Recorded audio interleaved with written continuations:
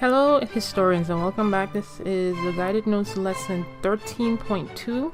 So this is the rise of dictatorial regimes. So let's go ahead and get started. These are your world history standards. As you see here, we're going to get into talking about authoritarian governments such as those in Soviet Union, Italy, Germany, Spain, and also as you know, in terms of later on we'll talk about the Eastern dictatorial or authoritarian governments as well. Alright, these are your vocabulary.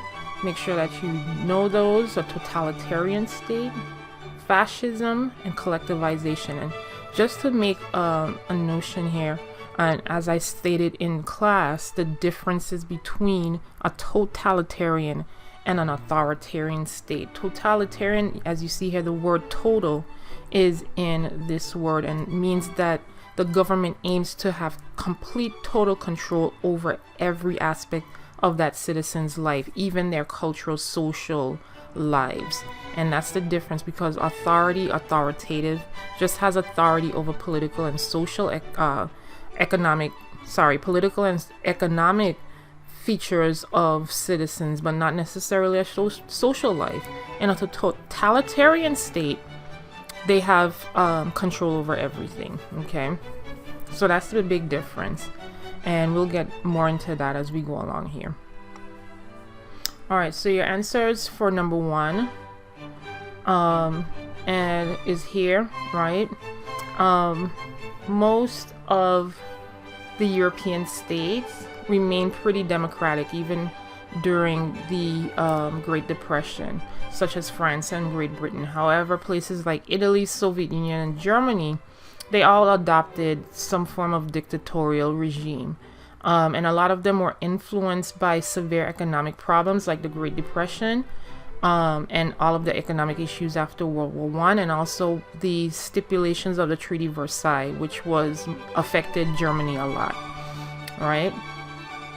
And most of the dictatorships that formed was this totalitarian state. This was a new form of dictatorship that came up, where again, they controlled even the social aspect and the cultural aspect of their citizens' lives, right? They wanted more passive obedience. So it wasn't a matter of saying you will do what I say no matter what, and that's your answer for number two. It's more about trying to manipulate the minds of their citizens to get them to do what they want, right?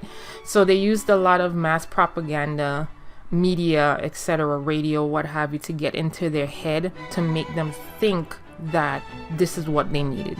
Okay, so that's how it was done. All right, so let's start out with Benito Mussolini. And as you did the stations, you should be able to be familiar with these men that we talked about in their dictatorial regimes. The actual name fascism comes from the new political group that he started, as you see here. And the middle class, he as his political party, and this would be number three, the middle class feared socialism, communism, and disorder, right? And that made him very attractive to many people, because they were against communism, they were anti-communist, which is why he aligned himself with Hitler, because Hitler himself was anti-communist. So with that fear of having socialism, because there was a lot of news of how people in Russia were being treated, especially with the Russian Revolution. So because of that, they did not want socialism to take a hold of their government. So people like Mussolini and Hitler used that to their advantage to try to press their regime on the citizens. All right. This is number four. Mussolini and fascists used their march on Rome if they were given more power. So eventually the prime minister at the time, or the king of Italy at the time, Emmanuel III, he gave into that pressure and then made him prime minister. And upon that, he used his position to literally make himself dictator. Okay. And at that point, as you see here, 1926, he outlawed all the other political parties in Italy and by that time he named himself Il Duce, or the leader. Okay, so that's what he called himself, El Duce. And as you see here in his stance, he was very egotistical, very vain, and he's also known as a womanizer. Okay. So he was very charismatic and very how can I say dramatic in his speeches and his ways and so forth. Okay, and you'll see that if you watch the video as well. Say this would be 4 and 5. Okay, so this is 4 and this is 5. Italian fascists, as I mentioned before, they use a lot of mass propaganda. Mass meaning media propaganda in mass amounts, in large amounts. So exercising control over the media, such as newspapers, radio, film, everything had to be approved and done by his fascist government, right?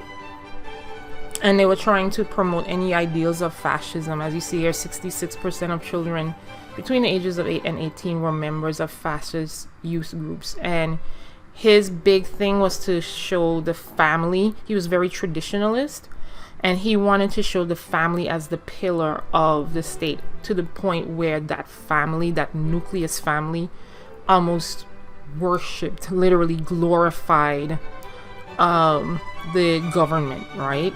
So he tried to make it that totalitarian control that Germany had and that the Soviet Union eventually would have, but it did not get to that point. It was more authoritative.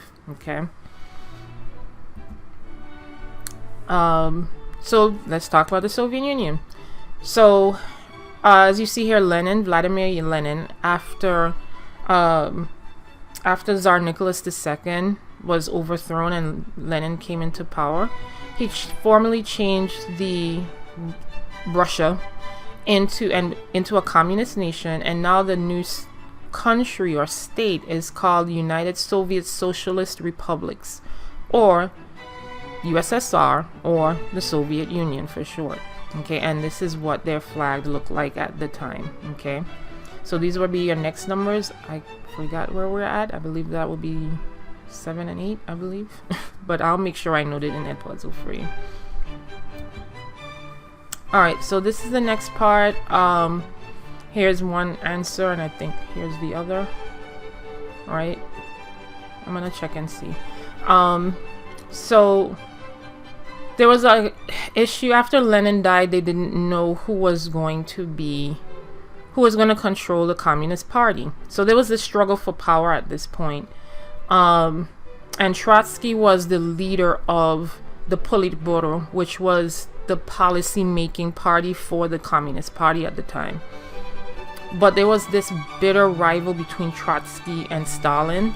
Eventually, Stalin was able to come into power, and Trotsky had to leave, and he fled to Mexico. And when he fled to Mexico, he was killed, and nobody knows what happened to him after that. They believe that it was Stalin who carried out that hit to have him killed. So that's as much as we know.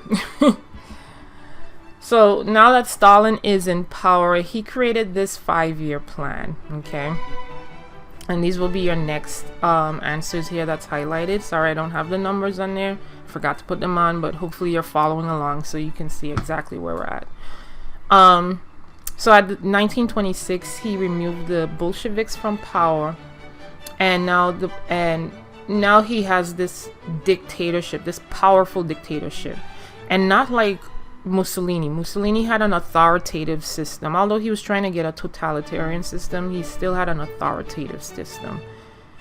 Stalin had a complete totalitarian government where everything was controlled by Stalin, right? So he launched this first 5-year plan, and that basically was to transform the Soviet Union as quickly as possible from an agricultural economy to an industrial country or economy. Okay, and he created a command economy where the government is more focused on developing military and capital goods. Capital goods are like heavy machinery, or producing goods for other goods, right? Such as you know, things for heavy machinery and military and so forth. So that's what a command economy means. And that's what he established in the Soviet Union at the time. Okay, so with his rapid industrialization of the Soviet Union, I was about to say Russia, but it's now the Soviet Union at this time, he was able to increase productivity in Russia to help stabilize the economy. So yes, that did happen, and that is true. But he also did what was called collectivization of agriculture. And what collectivization is that he went around and he collected, literally, as you see here, 26 million farms, right? And with that collecting of 26 million farms from peasants, the peasants were forced to work on those farms. Okay, so the peasants did not like this at all, because he's taking their farms from them. So they started hoarding crops and then killing the livestock in protest. Okay, so with that, instead of Stalin saying, okay, obviously my people are not liking this, let me cut back, let me just chill on this. No, Stalin goes for and pushes it even further, right? He's like, y'all are killing these livestock, but we're going to do it even more, right? And now, as you see here, 26 million farms are collectivized into 250,000 units, right? And that causes a famine in the Soviet Union, where you see 10 million died in the famine because of that hoarding of crops and killing of livestock, especially in Ukraine. Yes, the same Ukraine that we're talking about today. Yes, the same Ukraine that is having a war with Russia. But we'll get back to that later when we talk about the Cold War and the modern era. Okay. All right. So there was also something called the Great Purge. And the Great Purge was where Stalin, he did not like anyone that contradicted him. Just put it that way. Anyone that was not affiliated with him or not agreeing with him, they were expelled.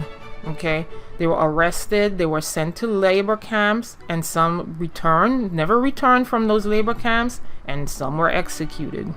Okay, and it was called the Great Purge. As you see here, 8 million of them were gone, just eliminated, because they didn't agree with his beliefs. So that was Stalin. All right. And as you see here, these are children starving from the famine, the work discipline of collectivized farms, and areas that were hit the hardest by the famine as well, as you see here. Okay. All right. And this is the Great Purge. As you see here, some of the people that went missing. As you see here, if you look, what's happening in this photo? Take a look and tell me in Edpuzzle, what do you think just happened in this photo? Take a good look. It's almost like those games. What's missing? Right? And you tell me. Alright, here's your next ones. Okay. I was trying to follow along with the numbers, but I got lost. So hopefully you can tell me what number we're on, because I'm lost. So again, in Eastern Europe, several governments in the Western world were not totally totalitarian, but authoritarian, right? A lot of the parliamentary systems failed because there was no tradition of a political democracy, and also a lot of them were based on rural societies outside of the capital area, the urban area. And they also feared a lot of communist upheaval or communist issues, right? And then there was a lot of ethnic conflict, so conflict between different ethnicities within Eastern Europe. So because of that, a lot of the parliamentary systems in terms of having a democracy failed, and now authoritarian governments came up. So that's basically what this slide is saying, okay, in a nutshell.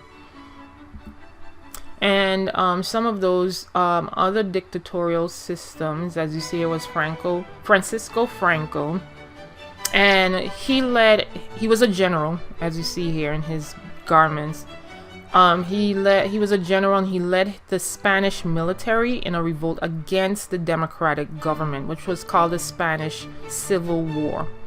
Okay, and he was able to get military aid money from Hitler, from Germany, and Benito Mussolini, which kind of helped him, which not kind of, but it helped him to win this war against the democratic government. Okay. In Francisco Franco's dictatorship, he was very traditional as well, which is why Benito Mussolini really aligned himself with him, because he had the same belief system, right, of tradition and family, having the women be the homemakers, things like that. Okay. And he was another example of an authoritative government rather than a totalitarian regime. Okay, because again, he was trying to reach to a totalitarian regime, but it did not quite pan out like that, where his regime did not necessarily gain control of the entire lives of their citizens, just a matter of the political and economic aspects of that regime was controlled heavily. Okay, and his rule was harsh, and he often relied on special police forces to execute his beliefs, or his ideology. And if you didn't align with that, guess you know what would happen to you, right? If you did not align with Franco's ideas. Okay, so again, you have this lesson activity. You're going to answer the questions on your guided notes. This is about the Soviet Union's economy, and this particular chart. You're going to answer how many metric tons of coal were produced in 1938, then in 1928, right? So you're looking at the coal production here in the industry. And then answer the question about what the graphs show about the contrast between the progress of industry and the progress of agriculture concerning Stalin's first 5-year plan. So basically, you're looking at both industries, right? The industry section and the agricultural section, and see how determine how the difference between those two economies in terms of progress. Okay, how did it change because of Stalin's 5-year plan? All right, so answer those questions, and I will see you in the next video. Peace.